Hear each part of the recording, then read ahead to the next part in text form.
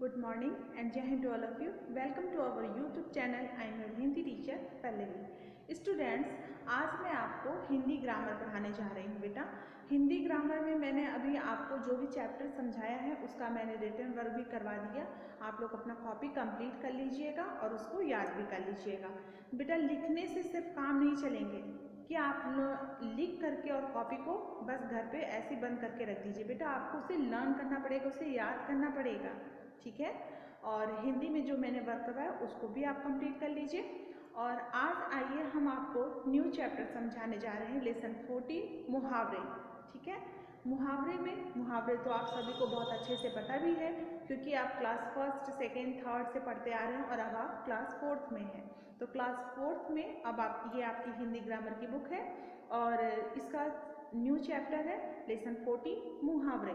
तो मुहावरे के बारे में मुझे आपको ज़्यादा नहीं समझाना पड़ेगा, लेकिन फिर भी मैं आपको बेटा हर जो भी इसमें लाइंस है मैं आपको क्लियर कर दूंगी, आपको समझा दूंगी। चलिए फिर हम स्टार्ट करते हैं मुहावरे। हम आपको लेसन 4 में समझा देते हैं। इसके पहले भी आप लोगों ने अपने क्लास थर्ड में मुहावरे पढ़े होंगे, लेकिन आज मैं और अच्छे से आपको क्लियर कर देती हूँ। मुहावरे बेटा देखिए, मुहावरे हम पढ़ते जाते हैं, आपको समझाते जाएंगे। मुहावरे ऐसे वाक्यांश हैं जो अपने सामान्य अर्थ को छोड़कर विशेष अर्थ प्रकट करते हैं। भाषा को रोचक, प्रभावशाली और आकर्षक बनाने के लिए मुहावरों का प्रयोग किया जाता है। इनका प्रयोग करते समय इनका शाब्दिक अर्थ न लेकर विशेष अर्थ लिया जाता है। जैसे ये देखिए, फर्स्ट है ना, अक्ल का दुश्मन।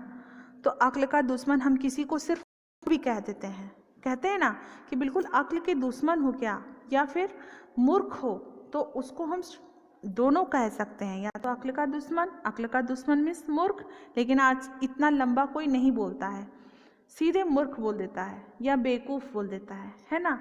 तो इनके विशेष अर्थ कभी भी नहीं बदलते हैं। कुछ महत्वपूर्ण मुहावरों के अर्थ व वाक्य नीचे दिए जा रहे हैं, इन्हें ध्यानपूर्वक पढ़िए, समझिए और याद कीजिए।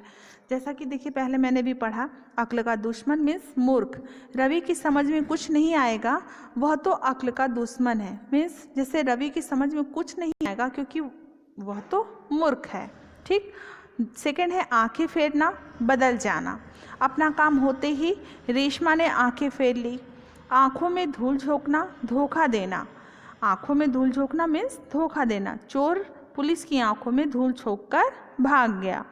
आसमान सिर पर उठाना, बहुत शोर करना।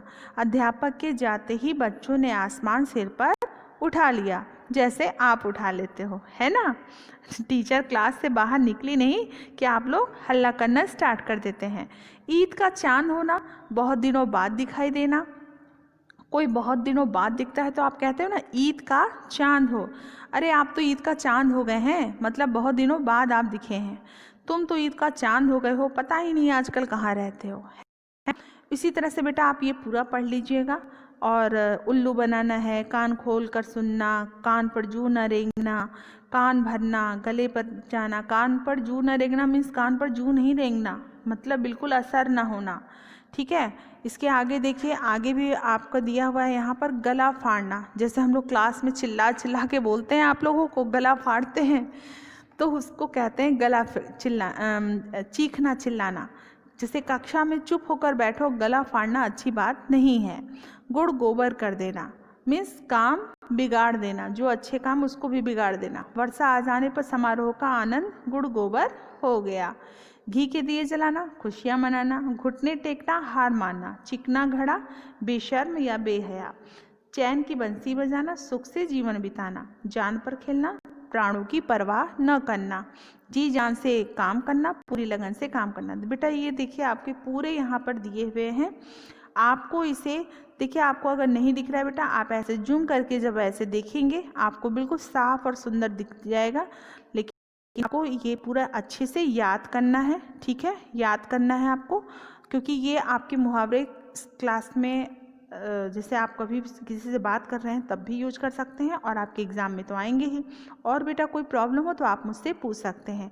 जिनके पास बुक नहीं है मैं पिक भेज दूँगी, आप पिक से देख लीजिए, ठीक है। Thank you, have a nice day.